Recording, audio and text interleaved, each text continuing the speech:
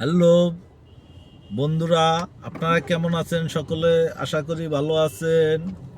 আজকে আপনাদের সাথে এই টপিক নিয়ে আলোচনা করব।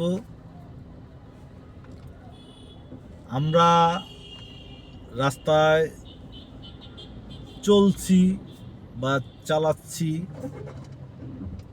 এরকম কিছু বিষয় নিয়ে কথা বলবো। চলে এলাম আজকে এখানে যমুনা ফিচার পার্কের কাছে, বা বলতে পারেন বসুন্ধরার পাশে।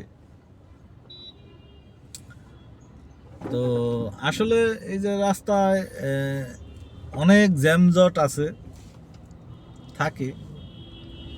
তো আমি বলবো এই রাস্তা দিয়ে যারা সব সময় যাতায়াত করেন তাদের জন্য বলবো এই রাস্তাটা আসলে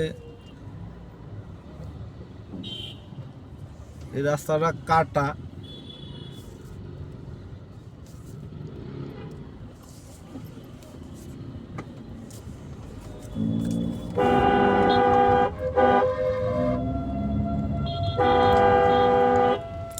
এই রাস্তাটা কাটা, এই রাস্তাটা কাইটা এখান দিয়া গ্যাসের লাইন টানতেছে, অনেক বড় বড় গ্যাসের লাইন টানতেছে দেখা গেল।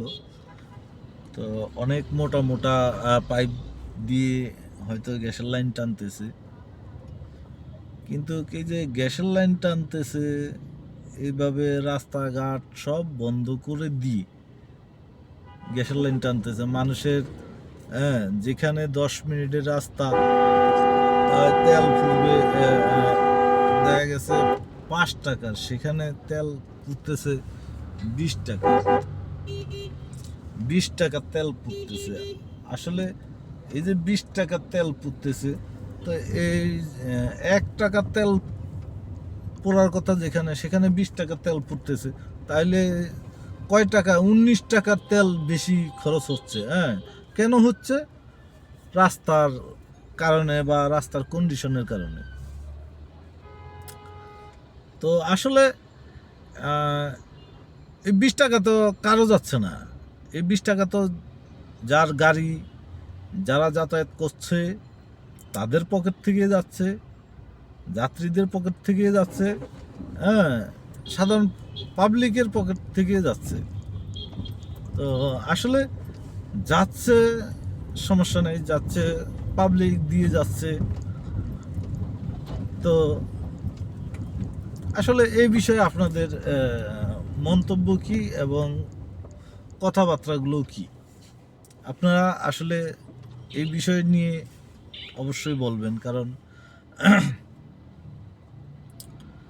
যে রাস্তায় এই যে যানজট, এখন এখানে যদি 20টা গাড়ি যদি থাকে, তাহলে 20টা গাড়িতে যদি